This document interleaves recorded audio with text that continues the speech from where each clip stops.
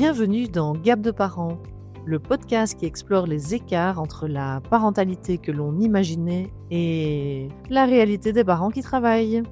Je m'appelle Sophie Litt, je suis coach, formatrice et conférencière. J'accompagne les parents dans les défis du quotidien et j'aide aussi les entreprises à mieux comprendre et soutenir les réalités de la parentalité au travail. Ici, un mercredi sur deux, en solo avec mes invités, nous mettons des mots sur ces fameux gaps que vivent beaucoup de parents entre le travail et la famille, entre ce que l'on imaginait et ce que l'on vit réellement. Parce que devenir parent ne nous rend ni moins compétents ni meilleurs, cela nous transforme véritablement. Et si vous êtes parent et que vous travaillez, vous êtes exactement au bon endroit.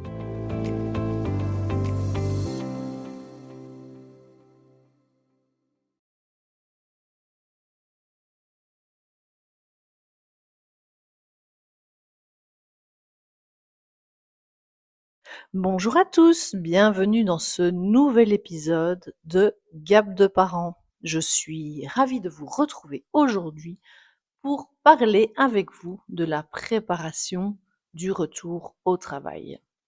Parce que oui, on prépare souvent l'arrivée de son bébé pendant des mois, mais rarement, quelques mois plus tard, sa reprise au travail.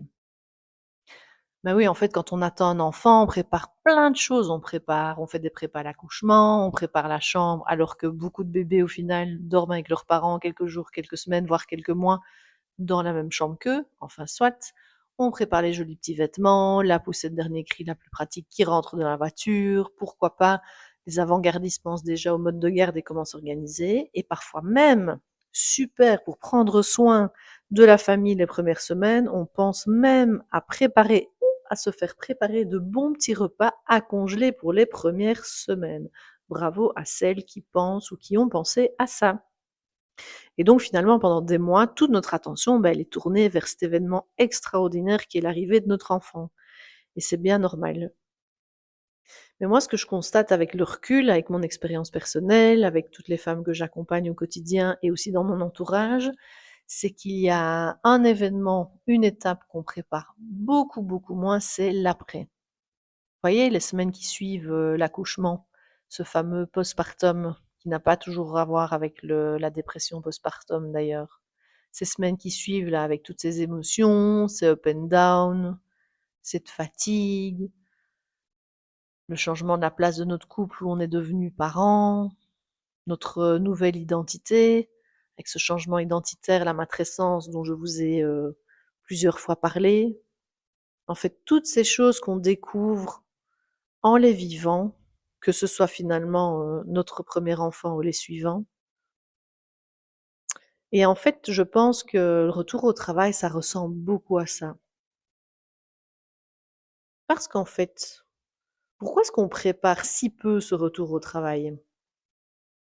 Moi, j'ai l'impression que c'est parce qu'il paraît, en fait, aux yeux de beaucoup, les entreprises y comprises, il paraît en fait banal.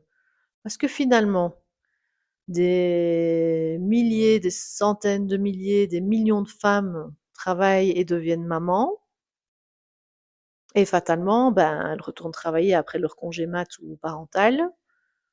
Et donc finalement, on considère que cette étape, elle va de soi en fait. Mmh.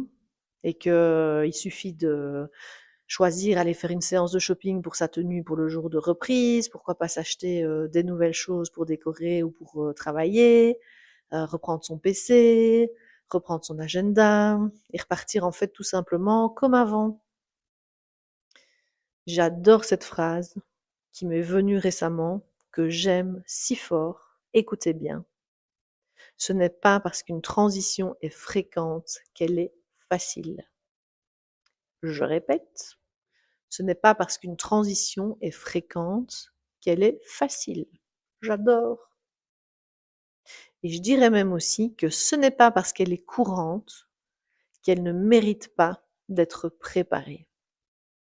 D'ailleurs, elle mérite aussi que je la dise une deuxième fois celle-là. Ce n'est pas parce que cette transition est courante qu'elle ne mérite pas d'être préparée. Pas mal, hein? Mmh. Parce que finalement, le défi du retour au travail, c'est que, donc en apparence, il y a plein de choses qui sont restées les mêmes. Le job, il est souvent le même, l'entreprise aussi, les collègues sont souvent restés les mêmes. Mais en fait, c'est toi, la personne qui revient au travail, qui a changé en fait. Et ça, on en parle encore beaucoup trop peu. De ce que toi, tu as vécu comme transformation immense. Tous ces bouleversements physiques, hormonaux, physiologiques, émotionnels, relationnels. Parfois, ben, les priorités, elles changent, notre rapport au temps aussi. On a une énergie vachement différente et on a un rapport à la performance ou à nous-mêmes qui peut aussi changer. Et pourtant, la société et la plupart d'entre nous, on s'attend en fait à revenir comme avant. Mais je t'assure, pour le vivre au quotidien avec les femmes que j'accompagne, c'est là, en fait, que beaucoup de femmes, elles commencent à douter, à culpabiliser. Tiens, encore celle-là, la culpabilité. À se demander finalement pourquoi c'est plus difficile de retourner travailler que ce qu'elles n'avaient imaginé avant. Et moi, tu sais, je l'ai déjà dit à plusieurs reprises, j'aurais tellement aimé avoir une Sophie à mes côtés lors de ma reprise au travail et même par la suite. J'aurais tellement aimé entendre qu'en fait, c'est normal de pas se sentir totalement prête. C'est normal de se poser plein de questions, d'avoir des peurs, des hésitations, et ça va bien au-delà d'une organisation de qui va déposer l'enfant à la crèche et le reprendre, qui va cuisiner ou comment je vais poursuivre mon projet d'allaitement, ça va bien au-delà de ça. Et que c'est aussi normal d'avoir besoin d'un temps d'adaptation. Et en fait, surtout, j'aurais tellement aimé entendre qu'en fait, ben, ce retour au travail, il mérite autant d'attention en tant que transition de vie que ben, les autres grandes étapes de notre vie, en fait. Parce que regarde, on ne demande pas à quelqu'un de courir un marathon sans se préparer, ni de gravir une montagne sans avoir travaillé ça pendant des semaines, voire des mois avant. Donc finalement, pourquoi est-ce qu'on ferait autrement avec une transition de vie aussi importante que celle d'un retour au travail qui va avoir une incidence sur tous les rôles de notre vie et qui peut avoir une incidence aussi pour les prochains mois ou voire les prochaines années de notre vie professionnelle, mais aussi familiale et de notre rapport avec nous-mêmes d'ailleurs. Qu'est-ce que tu en penses de ça, dis-moi? Alors moi, j'ai envie de te dire que si tu es en congé mat, que ton retour au travail s'approche, voire même que tu as déjà repris le travail récemment, j'aimerais te laisser en fait avec cette réflexion. Peut-être que tu ne te sens pas complètement prête aujourd'hui, je sais pas, tu sens, tu as l'impression qu'il y a quelque chose qui va pas chez toi. Ça te stresse, ça te fait peur, t'angoisses, tu y penses peut-être la nuit. C'est peut-être parce que simplement, il y a personne qui t'a appris à vraiment préparer cette étape de retour au travail. Et tu sais quoi? La bonne nouvelle, c'est qu'il est jamais trop tard pour le faire, même pour celles, comme j'ai dit, qui ont déjà repris le travail récemment. Et en fait, c'est pour ça que j'ai créé une masterclass que je suis ravie de t'offrir qui s'appelle «Comment préparer votre retour au travail pour vous sentir prête et sereine le jour J». Vraiment sereine, vraiment prête. Et donc on va y parler de ce qui se joue réellement dans cette transition, ce qui change vraiment après l'arrivée d'un enfant et du coup ce qu'on oublie, souvent de préparer et ce qui est lié à cette transition de retour au travail. On n'est pas juste en train de faire une préparation logistique, d'accord? Je vais te mettre le lien d'inscription à cette masterclass que je répète que je t'offre dans la description de l'épisode. Réserve déjà, note à ton agenda mardi prochain, le 23 juin, à 12h30. Pendant 1 heure, on sera ensemble. D'accord? Et en attendant, rappelle-toi ceci. On prépare l'arrivée d'un bébé pendant des mois. Peut-être qu'il serait temps aussi de préparer son retour au travail.